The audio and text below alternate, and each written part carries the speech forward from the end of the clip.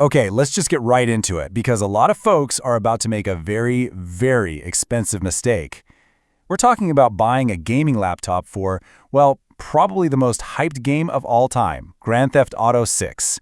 And this is your brutally honest guide to making sure you get it right.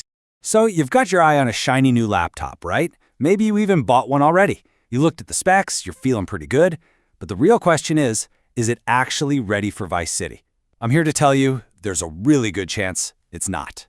And hey, don't just take my word for it. This is a tough lesson a lot of gamers learn way too late. You see the official specs, you find a laptop that seems to match them, and you think, I'm good to go. But you're probably wrong. And that right there, that's the single biggest trap in laptop gaming, and we need to unpack it right now. Which brings us to our first, and honestly most important section. You have got to avoid the mobile trap. This is the big secret that laptop makers, well, they don't exactly advertise it on the box. Just take a look at this. On the left, you've got a full-sized, power-guzzling desktop graphics card. On the right, you've got the little mobile chip that somehow has the same name. They might both be called an RTX 5070, but trust me, they are not the same beast. One's a lion, the other is a house cat that just looks a little bit like it. And here's what that trap actually costs you. We're talking a 40 to 50% performance hit just for being inside a laptop. That is nearly half the power, just gone. So that recommended spec laptop you bought might actually be running way, way below what the game developers intended. So what's the real story? It's all about the wattage. You need to look for a number called the TGP, or total graphics power. A desktop card might be pulling over 220 watts, but its laptop equivalent is often stuck at 140 watts, or even less. It's simple, really. Less power means less performance, period. And this brings us to the single most important rule from this entire guide. You ready? To be safe, you need to buy a laptop with a GPU that is one full tier higher than what the game asks for on desktop. So if GTA 6 recommends a desktop RTX 5060, you should be looking for a laptop with an RTX 5070 minimum. That's how you close that power gap. But hold on, it's not just about power. Even if you get a high wattage chip, there's another villain waiting in the wings to ruin your game. The real enemy of laptop gaming isn't the spec sheet, it's heat. Rockstar's new game engine, Rage 9, is going to be an absolute furnace. With all its crazy physics and next-gen lighting, it's going to push your laptop harder than ever before. All that work generates a ton of heat in a tiny little space, and without some serious cooling, your performance is literally going to melt. And there's a name for this meltdown: thermal throttling. It's actually a safety feature. To stop from literally cooking itself to death, your laptop will slam on the brakes and cut its own performance. That's why a laptop can feel super fast for the first 10 minutes and then suddenly start stuttering like crazy. It's not broken, it's just trying to survive. Okay, enough with the problems. Let's talk solutions. We've laid out all the traps and the enemies, so now let's look at the heroes, the specific laptops that are actually built to survive GTA 6 on day one.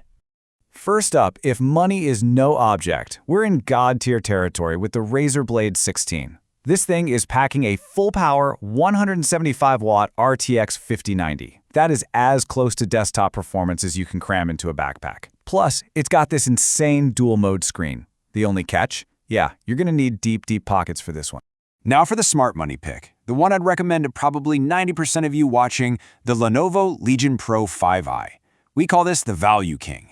Why? Because it gives you an RTX 5070 running at its max 140-watt power level, and it pairs it with an absolutely fantastic cooling system.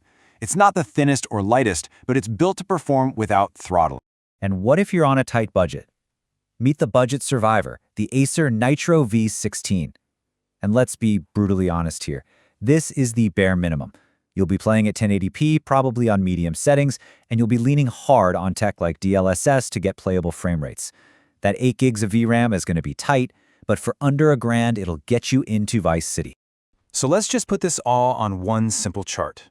You can see the Razer Blade is your ticket to a true 4K Ultra experience. The Legion is that sweet spot for 1440p on high settings. Something slimmer like the Zephyrus can still do 1440p medium, while the Acer gets you in the door at 1080p. Use this as your reality check. Okay, one more thing on specs, RAM. You'll see 16 gigabytes listed everywhere as the standard. For a massive, dense, open world like the new Vice City, that's just not going to cut it. Think about it. When you're flying down the highway, the game is desperately trying to load the city ahead of you. 32 gigs of RAM gives the game the breathing room it needs so it doesn't stutter and choke. It's a must. All right, so you've got your new machine, but your job isn't done yet.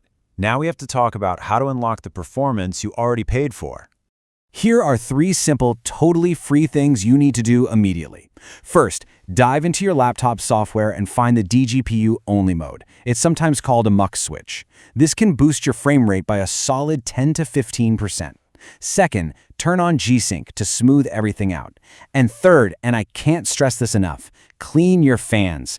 Dust is a performance killer. And here's the one accessory that is not a suggestion, it's a requirement. You need to budget $50 to $80 for a good cooling pad. And I don't mean some flimsy plastic stand. You want one that actually forces air into your laptop's vents. This one purchase can be the difference between a throttling mess and a stable, smooth frame rate. We've covered a ton of ground here. The marketing traps, the hardware, the tweaks, so let's bring it all home for the final verdict. If you remember absolutely nothing else from this, remember this quote. Picking the right laptop for GTA 6 is all about smart heat management, not just some fancy name on a spec sheet. It's about whether that machine can actually cool itself enough to let the hardware do its job. So let's recap those golden rules one last time. 1. Check the TGP, the wattage, not just the GPU name. 2. Heat is the enemy, so buy a good cooling pad. 3. Aim one GPU tier higher than the desktop requirement. And 4. Make 32 gigs of RAM your new standard. Now, if you're ready to start shopping, we've already done the homework for you. We put links to the laptops we talked about today, plus our full reviews and the latest prices right down in the description below. So that's it. You're now armed with the inside info most buyers completely miss. You know about the mobile trap, the power limits, and the war against heat. The only question left is which machine are you going to trust to take you back to Vice City? Choose wisely.